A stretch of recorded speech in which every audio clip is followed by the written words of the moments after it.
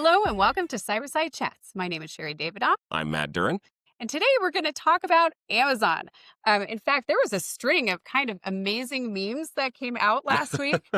They were pretty good, They yeah. were pretty good because Amazon released two different news statements. Yeah. One of them was that they had discovered that they had accidentally hired a remote worker with sysadmin privileges who was actually a deepfake North Korean employee. Through a third-party Yes, contractor. they We'll get to that leveraged in a a minute, but third-party contractor. Yeah, that's one of yeah, the details we're going to discuss.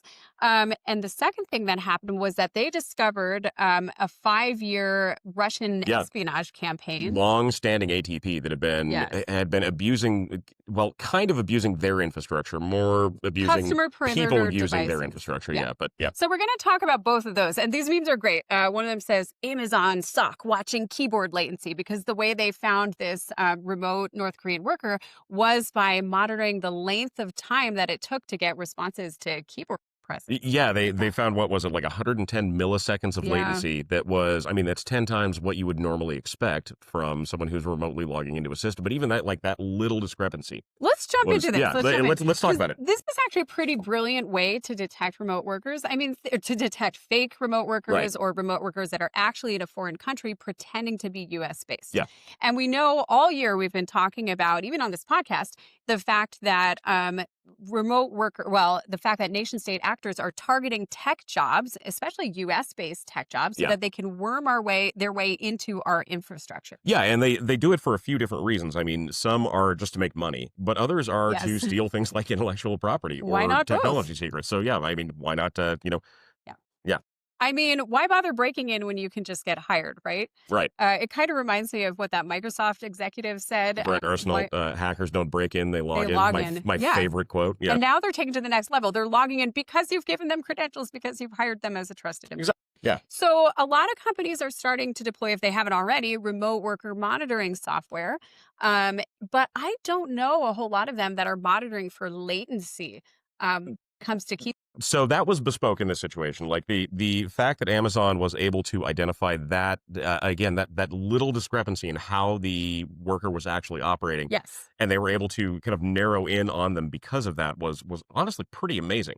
I mean, when you look at something like a fake remote worker who is either coming in through like a laptop farm or through a series of either proxies or VPNs or something like that, I mean, that latency is going to become a problem. Yeah. And often Yeah. these workers are doing their jobs. Sometimes they're doing them very Sometimes they're effectively. very good at I that. had an Yeah. interview the other day with a potential employee, and I came off that call and I was like, I think this person is not from Texas. Like, just, a few little red flags here and there. Why did they Um, say that they wouldn't put beans in chili or something? Hey, let's not have that Well, argument. we're gonna There's have it at chili some and then point. there's chili. Okay. Where were we? So We were North talking Korean about workers. fake remote workers. Yeah. Yeah. So, I mean, but this really misses the point. They're talking about how they detected the worker, but they hired the worker first. And that's a little Yeah. scary when you think about how many people depend on Amazon. And Amazon pointed out that they didn't hire this person directly. I don't know if that's better. Yeah. I They mean, they came part- through a third party, but Yeah, yeah. they partner with third-party companies to do hiring for them. Right. And I've often thought that this is a big weak point, because a lot of tech companies actually contract out positions like this to other companies that are doing the work of screening and sometimes shopping around workers to multiple companies. Sure. I mean, it's really normal in the industry. Like it's not it's not an out of the I guess band of usual behavior. I mean, if you are working through a third party contractor, a work provider, or something like that, I mean, there are some ways that we still need to verify that the employees that we're getting through them are who they say they are. And if you look at vetting processes, you might already have something in there that says, do you background check employees? Sure. They can say yes. But do we now have to start asking, do you make sure that the vendors that are hiring people for you background check people? And then even if you background check them, we need to start asking questions to make sure they're screening for remote workers. Amazon themselves, or fake remote workers, Right. Amazon themselves said that if they hadn't been looking for this latency issue, they would not have. Yeah, no, they had a great quote. It said we had to look for them to find them. Otherwise, that they would have gone completely under the radar. And I mean, we've talked from a tech stack perspective about third-party risk management a lot. Yeah. But one of the things that we haven't talked about a lot is the human component of that. I mean, we've talked about software vendors, hardware vendors. we need to start looking at, or we should be anyway, looking at the people that are actually working with our organizations at this point, Yeah. right? Well, I love that Amazon said they stopped more than 1,800 suspected 1,800, yeah. DPRK linked job applicants. I want them to come out and say how many they didn't stop. That's a good 'Cause I point. Yes. bet this is not the only one. Well, and we've talked about this before when it comes to, phishing attacks or other cyber attacks or something like that. I mean, the criminals will hit you with thousands of these attempts, and you have to be right at stopping them every single time, Yeah. right? But I think that these two issues are like the ones that so Amazon released these two news articles last week. Right. One was about DPRK, Right. and it doesn't necessarily have to be a nation state worker from North Korea. It could be any other nation state or even just cyber criminal groups. Oh, sure. We Yeah. also, just this past week, we also saw two insider employees from Digital Mint pleading guilty to the fact that they tried to extort people. Yeah, So that's we have all kinds of insider attacks to we worry talked about about that in these a days. previous I know. podcast. If you guys haven't checked it out, please do. But It's a really interesting story. But, yeah. yeah. But I think in some ways this also connects with the other news article that Amazon released on December 15th. Yeah. And this was from their security blog where they were posting about the Russian state-sponsored campaign that they found. Uh-huh. It was hacking into customer endpoint devices Right. and siphoning off credentials. And then they were doing replay attacks or reusing those credentials in order to further their access. Right. And what I found the most interesting about this story was not necessarily that, Amazon's infrastructure was hacked or something like that, because that's not what actually Well, it was happened. customer Yeah, it was infrastructure. customer They're infrastructure. very clear about that. They are very clear about that. But no, they were talking about the misconfigurations that we see as a commonality in a lot of these systems, whether it be default, weak usernames, passwords, over permissive, I guess, access to these systems. And it seemed like in a lot of these cases, it was someone who was spinning up a device in AWS, which, a ton of us do.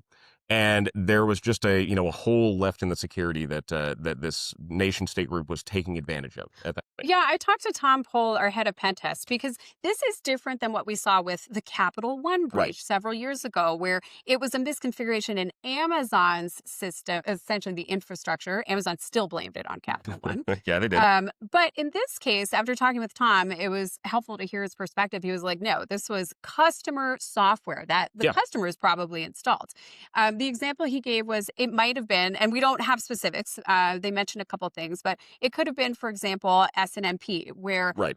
you're able to pull these community strings and you're able to pull the running configuration. And maybe there's a password hash in there, which you can then crack. Or even a clear text password. Yeah. Yeah. But what's different here is that they're deliberately targeting those Amazon endpoint devices, and customers are installing this software and just not taking the time to fully harden it. Right. And a lot of the stuff comes directly out of like the Amazon marketplace, which, I mean, if you want to spin up like Sure. a WatchGuard firewall, or if you want to spin up a Confluence server or something like that, I mean, you can get those out of the box directly out of the marketplace, and they will run and they will do exactly what you want them to do. But there may be security configurations on the back end that you're missing. And that tends to be the problem when we look at instances like this. And why did you mention those two software packages? Because Amazon mentioned those two software Yes. packages. So they have a timeline, 2021 to Yeah. 2022. WatchGuard, they saw specifically exploited. 22 to 23, they saw Confluence vulnerability exploitation. So we start off with vulnerability Right. exploitation. 2024, Veeam exploitation. Of course, hackers are going to go after Veeam. 2025, they saw a shift Yeah. of hackers moving away from vulnerability exploitation and towards misconfiguration Yeah. exploitation. And that was huge, right? Yeah. Like, yeah, they stopped going after CVEs and just started going As after much. things. Yeah, as much anyway. They specifically said in 2025, there was a decline in end-day/0-day exploitation activity. So they're really just poking holes in the way we have these systems configured, Yeah. which is fascinating. It is. And I mean, these are problems that, a normal enterprise, if they were running these on their internal hardware, would still have. It's just the fact that they're all hosted on Amazon, so it makes them And external yeah, as well. and external, yeah. But it makes them, I guess, an easy forward-facing target for a hacker. They're looking for anything that's exposed to the internet. They're looking for, endpoint devices, security software, security hardware, things that would normally be exposed to the internet. but they're poking at those little tiny security flaws where, Low-hanging yeah, fruit is what low-hanging fruit. Amazon Yeah, called them. The exactly. low-hanging fruit of likely misconfigured customer devices with exposed management interfaces. Stuff we've Right. been talking about for 20 years. Oh, yeah, no, totally. Like, this isn't new. It's just it happens to be hosted through Amazon at this point. Yeah, and the Yeah. hackers are catching on. And once they're on those devices, they can blend with your normal IP addresses. They can use Yeah. your normal accounts. It's actually there's a similar issue to having a rogue employee. They're Right. trying to blend with your normal infrastructure, whether it's human or technical. Yeah, no, and I mean, we saw that with the hacked Amazon devices. I mean, they were being used as basically pivot points to attack Yes, other, organizations or, pieces deepen of their critical access. infrastructure, as Amazon pointed out. Yeah. And the fact that it is a device that's hosted through Amazon, that looks like it's coming from the US, that is a trusted, software or hardware vendor, makes it a lot harder to detect at that point. Exactly. Yeah. Can I read you the primary targets No, that do it. Yeah. Amazon called out? Okay, so in the AWS blog, they said, here are the primary targets energy sector organizations across Western nations. Okay, well, we're not an energy sector organization, most of us, so we don't Right. care. We care, We obviously. should care. Yeah. Critical infrastructure providers in North America and Europe. Okay, well, that's a little broader. More people are going to care. And organizations with cloud hosted network infrastructure. So that's basically That's like everybody everyone. else. Yeah. So basically they're saying primary targets are everybody All in of the you. States. Yeah. At this All of point. us. Yeah. Yeah. So I think that's why all of us need to be paying attention to this. Yeah. It's not even like the bad actors are trying to develop a new exploit anymore. They're just taking advantage of that low hanging fruit. So how do we protect against it? I mean, there are a few ways. So let's start with the fake worker problem Okay. that I think all of us are probably going to have to deal with at one point or another. But I mean, you really need to, when you're looking at onboarding or bringing on a contractor or hiring, I mean, you need to treat that as part of your attack surface. And the reason I say that, I mean, we just saw, the multiple different laptop firms that were hijacked. We've seen multiple different instances of companies that have either accidentally hired one of these employees and then found out later, or have found out like right at the beginning of the onboarding process that something isn't right, like KnowBe4 as an example. I mean, they were very, very close to Yeah. having North Korean workers in They their did have a infrastructure. North Korean Yeah. worker in their infrastructure and they caught malware. They caught Treat it. hiring, onboarding, and contractors as part of your attack service and make sure when you're vetting your vendors that you're checking to see how they do their hiring. Do they Right. outsource? If you rely on a third party to do hiring and screening for you, make sure that they have controls in place to protect against these scams. Yeah. Very, very important. Number 2, secure and monitor network edge devices as part of your identity infrastructure. Yeah. These are high value targets, even things you might not think of. Because if they can get access to that device and steal even one password, they could potentially use that to deepen their access, or they could just use that foothold to attack other systems that might trust your system. Right. So again, attackers are trying to blend with your physical infrastructure as well as your employees. All right.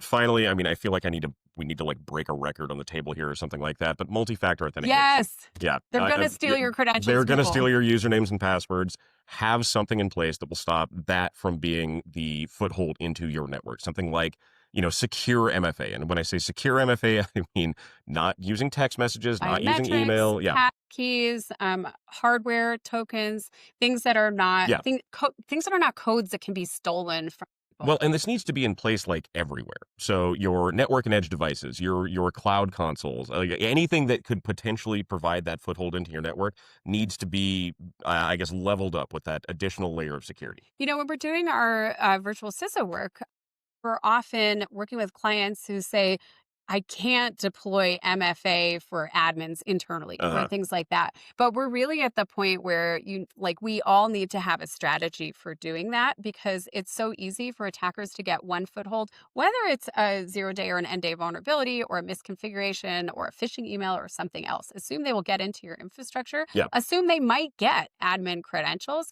and make sure you're requiring MFA internally as well as just for remote authentication. Yeah, I mean, we talk about this with clients all the time. I mean, it's not if, it's when. So, I mean, have those additional layers in place. Like, security is not just a, singular thing on your network. We need to make sure that we have levels of security in place, that we have Yep. layers of defense in place, and that's one of those layers. Yeah. I'm going to throw out a couple more. Make sure Good. that you harden your operating systems Yes. and your applications that you install, including if it's from a marketplace or something like that. Yeah. Always take the time to harden. If you've installed something and you've configured it so it's working, but you haven't paused to actually harden the security configuration or get somebody trained up to do that, then don't count that deployment as being done. Yeah.